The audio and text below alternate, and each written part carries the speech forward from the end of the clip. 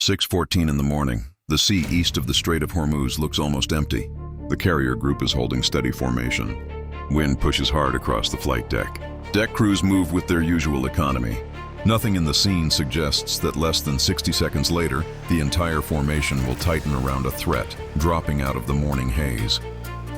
Inside the Combat Information Center, the first sign is not visual. A low, unstable track flickers along the edge of surface clutter. Too fast for commercial traffic, too low for routine transit. One radar operator leans closer, another rechecks the bearing. Fast mover, low altitude, bearing 087. A second track appears seconds later, then a third. Three separate high-speed returns moving in from the east. Staggered just enough to avoid looking accidental, just close enough to suggest coordination. Now here is the question nobody on that ship could answer yet. Was this intimidation, or was this the opening move of something that could not be walked back? At 6:16, a lookout spots the first aircraft before most of the bridge crew does. Out beyond the glittering chop, a dark shape bursts into view barely above the waterline, moving fast enough to throw a rippling shadow across the sea beneath it. Then a second, then a third. Three Iranian fighter jets. Their spacing is deliberate. The lead jet pushes closest, skimming along the formation's exposed edge. The second drifts wider as if setting up a crossing run. The third holds back, positioned like a pilot waiting for the picture to settle before choosing where to press. The first jet cuts across the starboard side without firing. Its message is in the distance it chooses. Too close for routine passage, too aggressive for misidentification. Close enough that every sailor watching understands how little margin exists between intimidation and catastrophe. At 6:22, the geometry changes.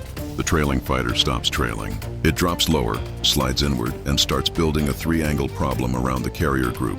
One jet wide to starboard, one cutting across the front, the third pressing from the rear quarter, creating overlapping approach lines that force every escort ship to divide attention simultaneously. That is not theater, that is coordination. Then, an electronic warfare operator catches the first meaningful shift in the signal environment. A brief spike, a tighter sweep, more focused than anything logged in the previous 8 minutes. Possible radar lock indication, still no missile in the air, still no shot fired, but the line between provocation and attack was getting thinner by the second. At 6:25, the second Iranian fighter stabilizes. No weaving, no bluffing, no breakaway. It settles into a clean, direct run along the carrier group's outer defensive arc. Then something separates beneath it.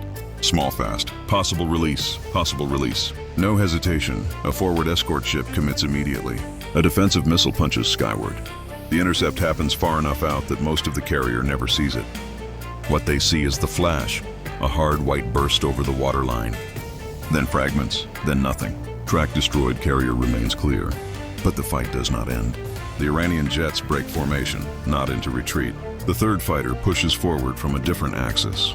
The ambiguity is completely gone. This was never a warning pass. At 6:31, an electronic warfare team catches a narrow band spike from the higher Iranian fighter. The cruiser on the port side shifts from watch to action. A second defensive missile launches and cuts across the morning sky. The climbing Iranian jet brakes violently. No fireball, just a ruined attack line and a wasted window. Then the American fighters arrive back on the edge of the fight. One pair high, one lower and offset, cutting off every clean exit and re-attack lane simultaneously. The pressure begins to reverse. The low Iranian jet tries one final pass, staying close to the water. But the network is too tight. An American fighter slides into position behind and above. Flares punch out from the Iranian aircraft in a rapid burst. A hard bank follows. Whatever he intended to do on that run, he no longer does it. The pass is dead. 3 Iranian fighter jets entered the Strait of Hormuz with coordination, intent, and a plan. One weapon was fired, one was intercepted, 2 attack runs were broken. Not a single ship in the formation ever lost the composite picture. This was not luck. This was a system working exactly as designed. The Iranian pilots came looking for a gap. They found none. Do you think Iran will attempt this again? Or was this the last move before something much larger begins? Drop your answer in the comments. Tell me where you are watching from. Subscribe because this story is far from over.